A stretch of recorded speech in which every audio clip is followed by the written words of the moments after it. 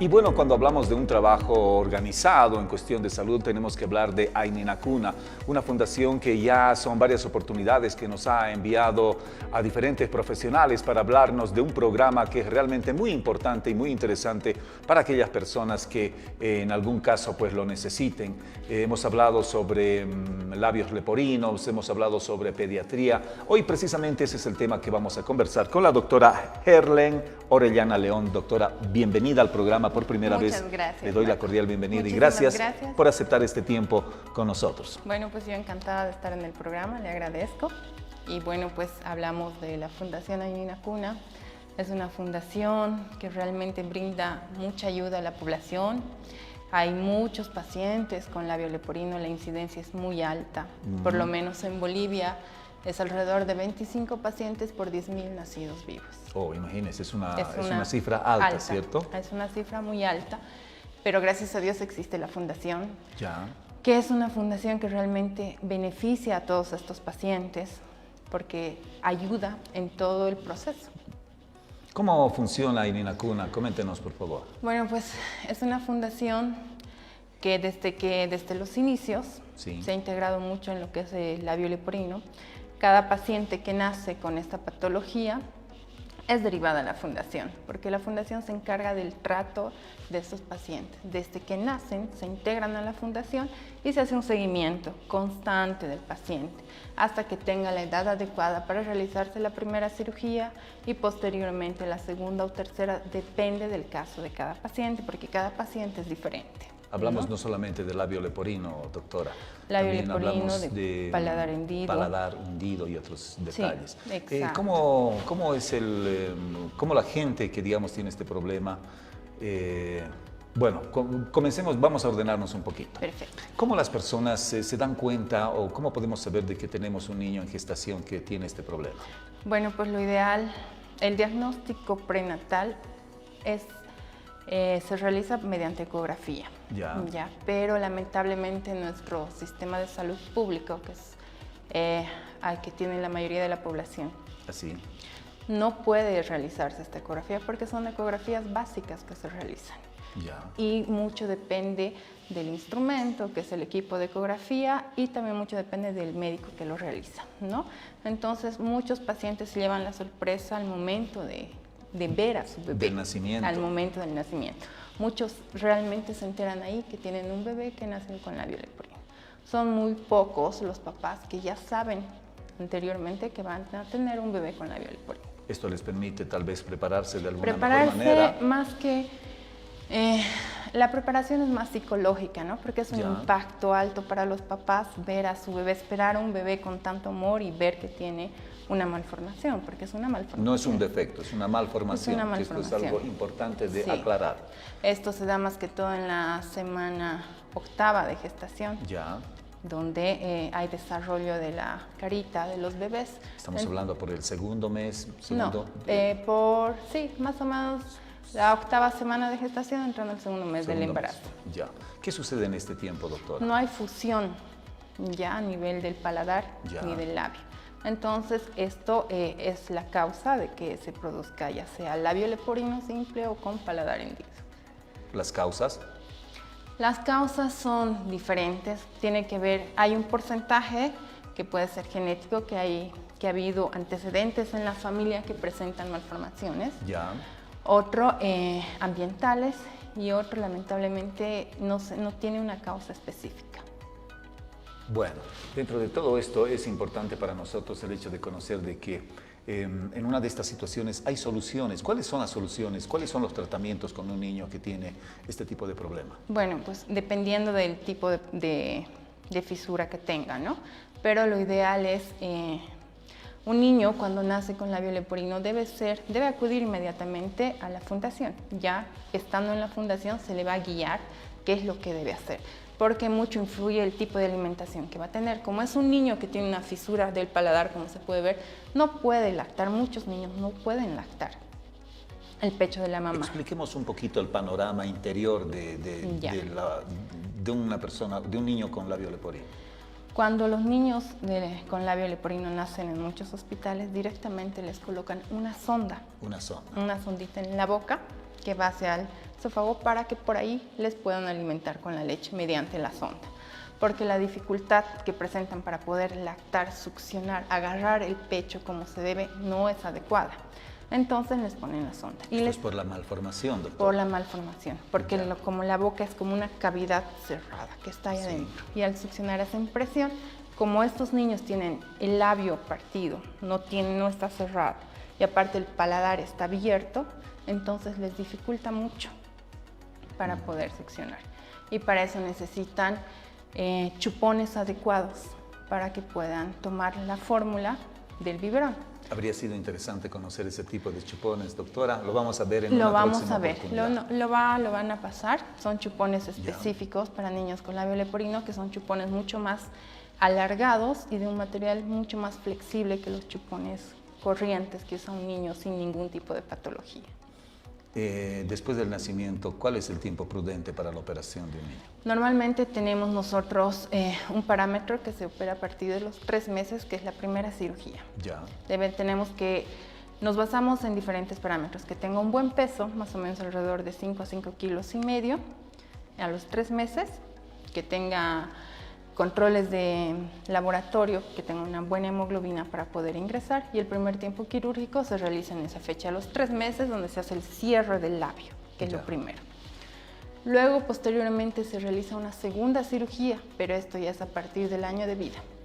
Y es ¿En qué consiste esa segunda cirugía? Es en pacientes que tengan, aparte de la fisura labial, tengan fisura palatina. Entonces el paladar esté abierto. Entonces se cierra el paladar a partir del año de vida. ¿Cuál es el procedimiento para aquello, doctora?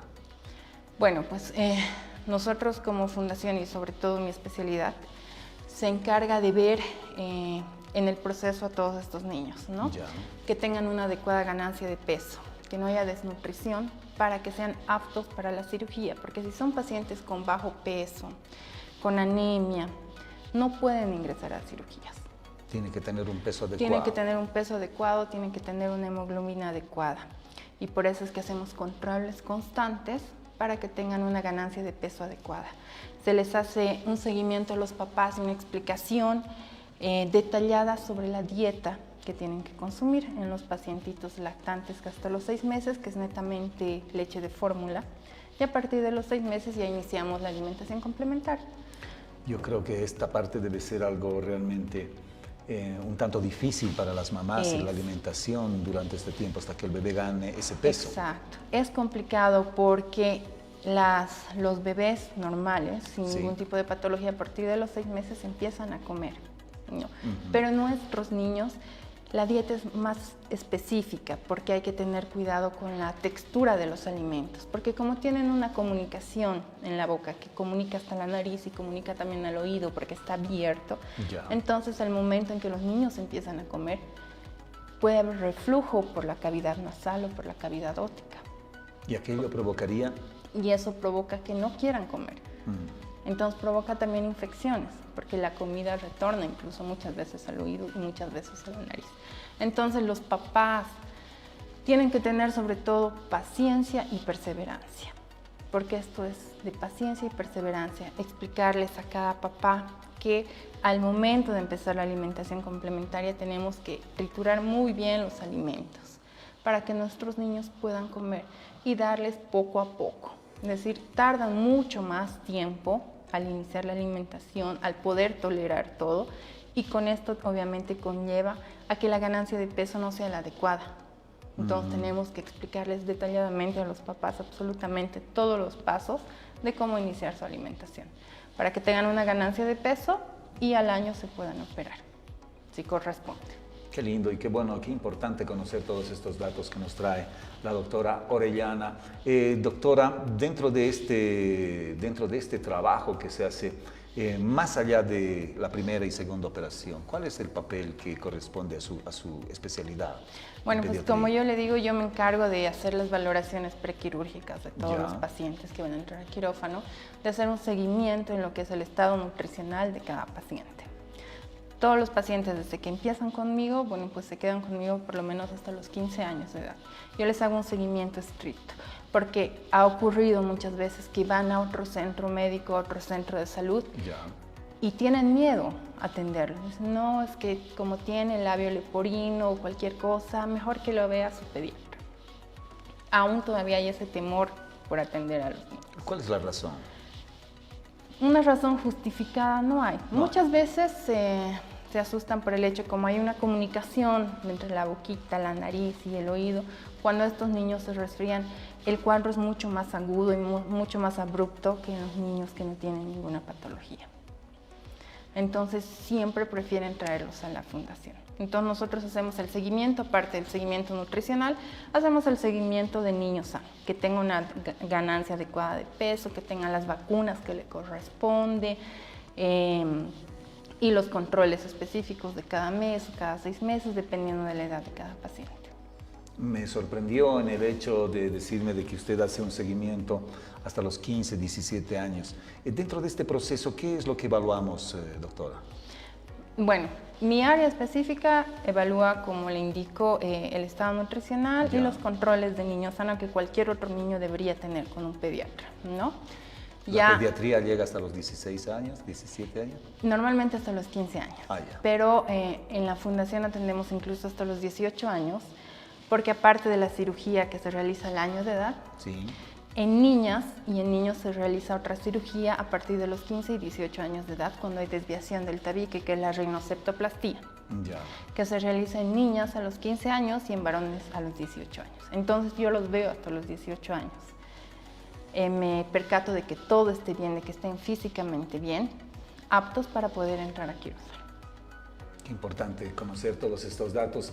Realmente estoy encantado con la presencia de Aina Inacuna en el programa, porque nos traen en realidad todo un seguimiento, un proceso de ayuda a estos niños, a estas familias que cuentan con o que tienen más bien este tipo de detalles. ¿Cuál es el tipo de trabajo multidisciplinario que realiza Aina Inacuna, además de la operación y todo esto? Bueno, pues se hace un seguimiento, porque los niños con labio leporino no solamente se operan y luego se queda ahí. Tenemos que hacer un control con fonoaudiología, tenemos que hacer con ortopedia maxilar, porque como son niños, dependiendo del grado de la fisura que tengan, tienen mucha dificultad al empezar a vocalizar las palabras, al poder articular las palabras.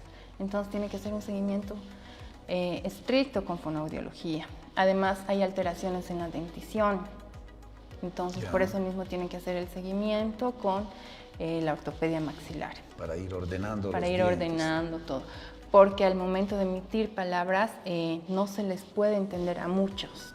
Y si no hacen las terapias específicas, entonces no van a tener una buena relación, porque no solamente es pensar en el presente, sino se tiene que pensar en el futuro, ¿no? Y como ese futuro depende mucho de las terapias que realicen, y además va a influir mucho en la parte psicológica de cada paciente, porque usted sabe, los niños crecen, empiezan a ser adolescentes, empiezan a ser amigos. Y ahora lamentablemente pues está en boga el bullying, y hay muchos que no entienden y hacen bullying a estos pacientes, ¿no? Entonces, si ellos no tienen una adecuada terapia, no les pueden entender las otras personas y prácticamente los aíslan, y ellos mismos se van aislando, y nosotros queremos evitar todo eso.